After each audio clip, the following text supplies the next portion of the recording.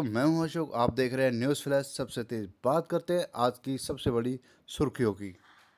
आज 15 सितंबर को अश्विनी माह के कृष्ण पक्ष की नवमी तिथि है। इस दिन पितृपक्ष का नवमी श्राद्ध होगा। आज के दिन परिवार के उन मृतक सदस्यों का श्राद्ध किया जाता है जिनकी मृत्यु नवमी तिथि को हुई हो।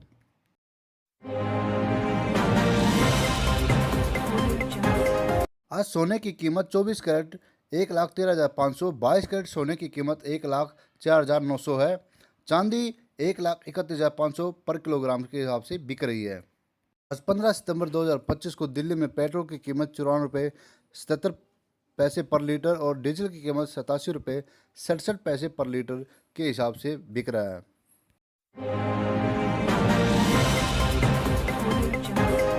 बात करें अब मौसम की। देश के अधिकांश राज्यों से 15 अक्टूबर तक मानसून विदा होगा। पश्चिम राजस्थान से मानसून की विदाई 3 दिन पहले शुरू।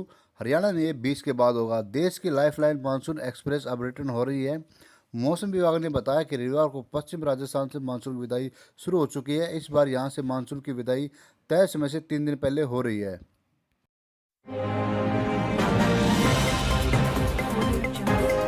हरियाणा सरकार अपना चुनावी वादा निभाने के लिए 25 सितंबर से दीनदयाल लाडो लक्ष्मी योजना शुरू करने की तैयारी में है।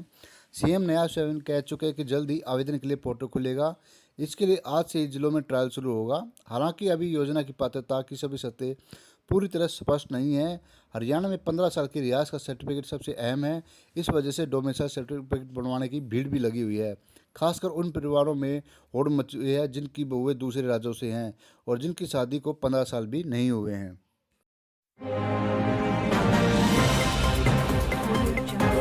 हरियाणा के हिसार में रविवार को एक रिटायर्ड लेडी टीचर पर एक युवती ने चाकू से हमला कर दिया। युवती पास के ही किराए के घर में रहने आई थी। करीब 10 दिन पहले उसने रिटायर्ड टीचर के घर के पास पीजी लिया था।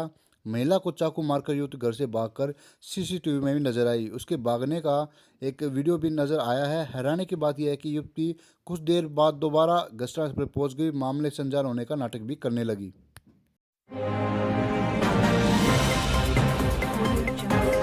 पंजाब में एक तरफ बाढ़ के कारण हाहाकार मचा हुआ है जिससे किसानों का भारी नुकसान हुआ है। अब पंजाब में फसलें पकने को तैयार हैं और धान की फसल पर भी आफत आ गई है। धान की फसलों पर चाइनीज वायरस ने हमला बोल दिया है और पटियाला के कई गांव इसकी चपेट में आ चुके हैं। यह वायरस ऐसे फैलता है जैसे कोरोना फैलता है। यह वायरस फसल के अंदर से पौधे को बिल्कुल खोखला कर देता है। यह वायरस टिड्डी दल की पीठ के जरिए ट्रेवल करता है। इससे हमले से धान के पौधे बिल्कुल छोटे हो जाते हैं और सूख जाते हैं। पंजाब में आई बाढ़ से प्रभावित इलाकों का हाल जानने के लिए आज सोमवार को कांग्रेस सांसद और वरिष्ठ नेता राहुल गांधी राज्य के दौरे पर रहेंगे। वह पंजाब के अमृतसर, गुरदासपुर, पठानकोट के प्रभावित इलाकों में लोगों से मिलेंगे और उनकी समस्याएं भी सुनेंगे।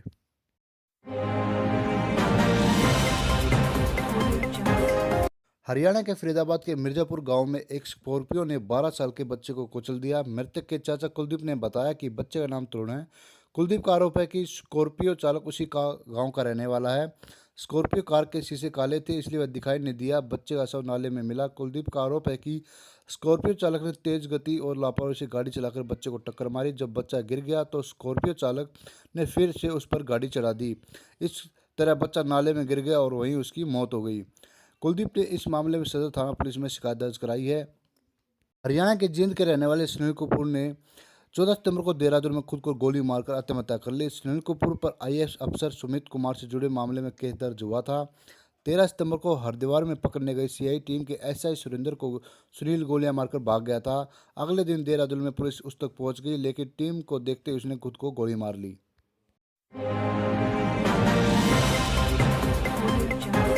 इंग्लैंड में चल रही वर्ल्ड बॉक्सिंग चैंपियनशिप में भारत ने 2 गोल्ड, 1 रजत और 1 कांस्य पदक जीतकर अपना अभियान खत्म किया। ये चारों पदक विजेता हरियाणा की बेटियां हैं। रोहतक की मीनाक्षी ने कजाकिस्तान की नजीम गजामा को 4-1 से हराकर 48 किलो बार वर्ग में स्वर्ण पदक जीता। भिवानी की जैस्मिन ने पोलैंड की जूलिया स्टेमजेट को 57 किलो बार वर्ग में 4-1 से हराकर स्वर्ण पदक पर अपने नाम किया।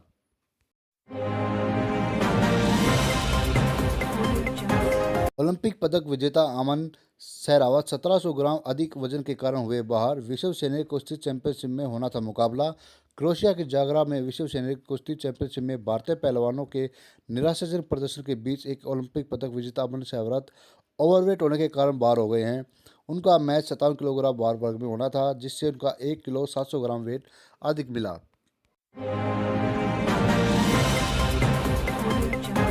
ऑपरेशन सिंदूर के बाद कल भारत और पाकिस्तान का दुबई में क्रिकेट मैच खेला गया, लेकिन मैच शुरू होने से पहले ही हरियाणा के हिसार में इसका विरोध शुरू हो गया। ये विरोध शुरू किया ऑपरेशन सिंदूर के समय एयर डिफेंस सिस्टम संभाल चुके हिसार के सेवानिवृत्त सार्जेंट भले सिंह ने। ऑपरेशन सिंदूर के बाद भले सिंह को राष्ट्रपति वीरता पुरस्कार मेंशन इन डिस्पैच से भी सम्मानित किया गया था।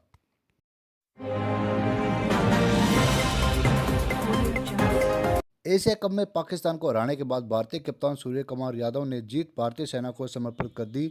सूर्या और टीम इंडिया का मैसेज साफ था, यह जीत देश के जवानों और सम्मान के लिए है। पहलगाम आतंकी हमले और उसके बाद चलाए गए ऑपरेशन सिंदूर के बाद पहली बार भारत और पाकिस्तान की क्रिकेट टीमें आमने सामने थी।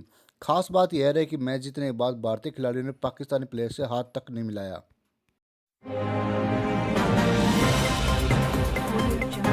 गुरुग्राम में मशहूर यूट्यूबर और बिग बॉस OTT 2 के विजेता एल्विस यादव अपने जन्मदिन पर घर पहुंचे। घर पे फायरिंग के बाद वो पहली बार गुरुग्राम पहुंचे हैं। आधी रात को एल्विस ने पेरेंट्स और फ्रेंड्स के साथ केक काटा। इस दौरान उन्होंने वीडियो बनाकर इंस्टाग्राम पे स्टोरी लगाते हुए जन्मदिन विश करने वाले फैंस का आभार भी जताया।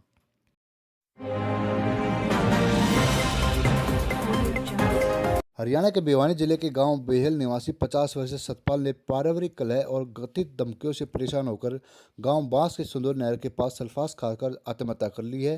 परिजनों के अनुसार सतपाल के बेटे अनिल की शादी इसी वर्ष फरवरी में पूजा नामक युवती से हुई थी।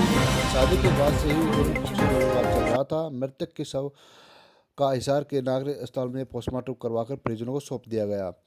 अनिल ने पुलिस को दी शिकायत में बताया कि उनकी पत्नी पूजा व ससुराल पक्ष में बार बार उसे परिवार को केस में फंसाने की धमकी दी जा रही थी।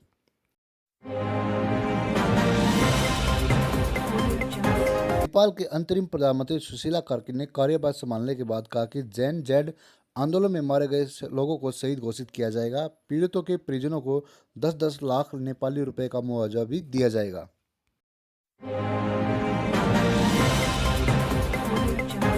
रूस पर यूक्रेन का सबसे बड़ा हमला, सबसे बड़ी तेल रिफाइनरी में सब कुछ किया बर्बाद। यूक्रेन ने शनिवार रात रूस पर बड़ा हमला किया। हमले की गंभीरता का अंदाजा इसी बात से लगाया जा सकता है कि खुद रूस ने यूक्रेन के 361 ड्रोन मारने का दावा किया है।